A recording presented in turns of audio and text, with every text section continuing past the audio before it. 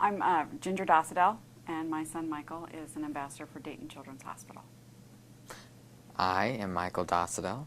When I was 3, I was diagnosed with stage 4 rhabdomyosarcoma, which is a rare pediatric muscle cancer. When I was 3, I was given less than 5% chance of survival, and obviously I survived.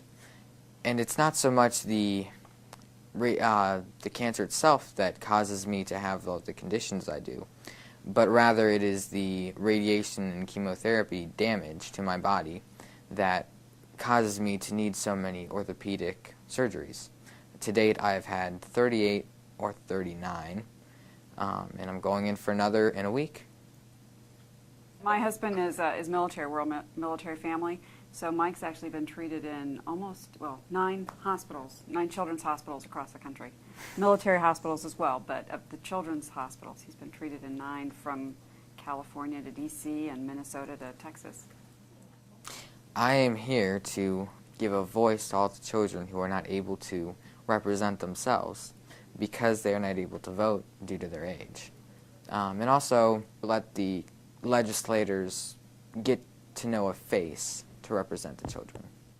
We've had a lifetime with Mike of following his disease and the treatment, and one of the things that's become very important to us is care of pediatrics and pediatric care, and we've seen the impact that it's had on Mike, and because of the chemo and the radiation, he's seen pretty much every ologist that there is. It's damaged, or done, potentially damaged or has damaged multiple organ systems and things. So he goes to several pediatric specialists when he has his yearly cancer checkup. One of the concerns for us with pediatric subspecialties is Michael's diagnosis was stage 4, and he is the only survivor in his protocol. And had we needed to wait 3 months for him to see a specialist, he would not be here. He was given 3 months to live when he was diagnosed. So the need, for us to have the fear that someone else's child out there would have to wait 3 months and not survive.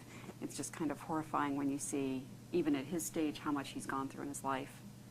I'm so glad that he's here, and to risk someone else's life, it's just not acceptable to us. We all have a purpose in one way or another, and I would like to think that I didn't survive just to feed off my parents and live in my mom's basement.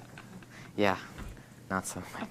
I have a lot of interests, and I'm not entirely sure yet what I'd like to do. I have been thinking of going into medicine, or also law, and maybe politics. After today, it was like, hey, this is really important. Yeah. You get to do important things. Access is important because for instance, when I was in Florida when I was diagnosed, we had to drive through 3 states to get to a children's hospital to receive the same quality of care that you do.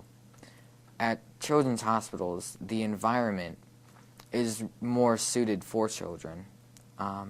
They will entertain the children while treating them, and even though the visit is not particularly enjoyable, they make it bearable.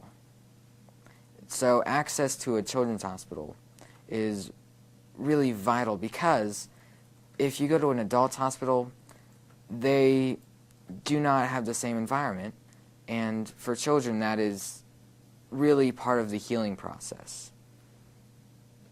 I would like to see a world where people weren't worried about bringing their children into hospitals because of their fear that they cannot pay for treatment.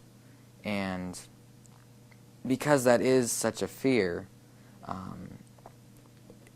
it really prevents children, innocent children, from getting quality health care.